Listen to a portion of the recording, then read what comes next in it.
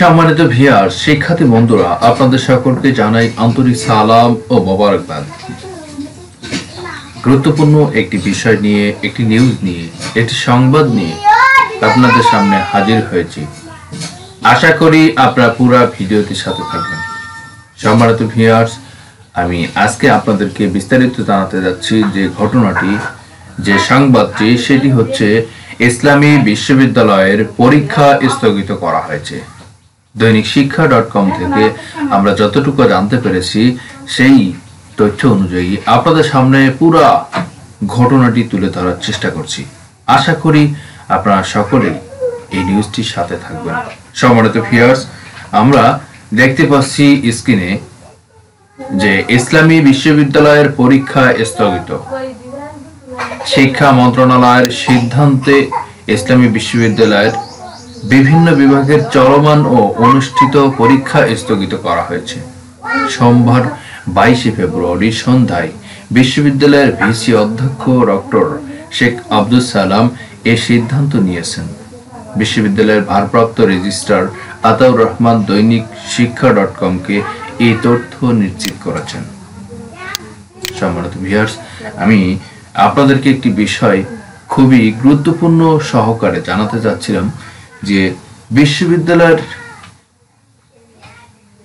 তথ্য এটা অত্যন্ত গুরুত্বপূর্ণ। বিশ্ববিদ্যালয় বাংলাদেশের সর্বোচ্চ বিদ্যাপীঠ। আমি আশা করি আমাদের ভিডিও জুড়ে আপনারা থাকবেন। সম্মানিত ভিউয়ার্স, এখানে আপনারা দেখতে পাচ্ছেন এ বিষয়ে জানতে চাইলে বিশ্ববিদ্যালয়ের উপাচার্য ডক্টর শেখ আব্দুল সালাম দৈনিক শিক্ষা.com-কে বলেন, শিক্ষা মন্ত্রণালয়ের সিদ্ধান্ত অনুযায়ী বিশ্ববিদ্যালয়ের চলমান ও অনুষ্ঠিতব্য বিভিন্ন বিভাগের পরীক্ষা স্থগিত করা হয়েছে। সরকারের সিদ্ধান্তের বাহিরে গিয়েছে এবং গিয়ে আমরা পরীক্ষা নিতে রাজি নই। এটা হচ্ছে বিশ্ববিদ্যালয়ের কর্তৃপক্ষের নির্দেশনা, সিদ্ধান্ত।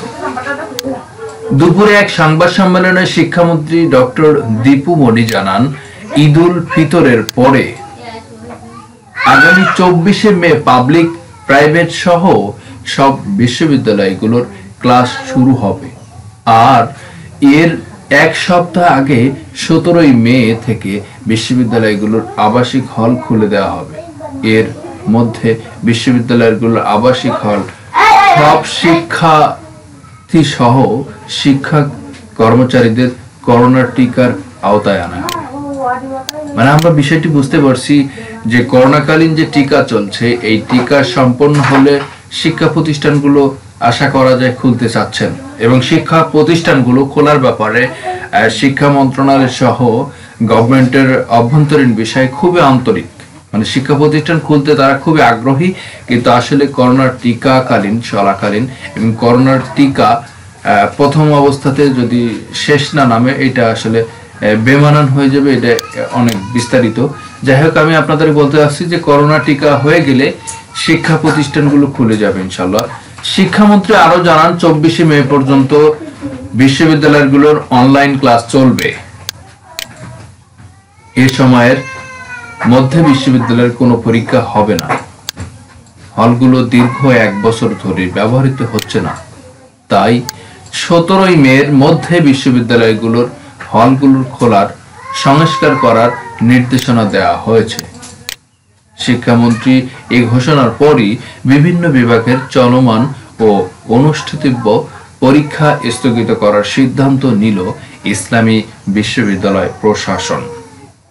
সম্মানিত ভিউয়ার্স, শিক্ষার্থী বন্ধুরা, আপনাদের সকলকে আন্তরিক সালাম ও মোবারকবাদ জানিয়ে আজকে আমাদের এই ভিডিওতে এখানে শেষ করছি। দেখা হবে আগামী ভিডিওতে। আমরা আশা করি আপনারা অবশ্যই উপকৃত হয়েছেন খবরটি জেনে। এজন্য আমরা আমাদের চ্যানেলটিকে সহযোগিতা করার জন্য অবশ্যই সাবস্ক্রাইব করব, পাশে থাকবো এবং বেল আইকনটি বাজিয়ে দিব। ধন্যবাদ। আসসালামু আলাইকুম ওয়া রাহমাতুল্লাহি ওয়া বারাকাতুহু।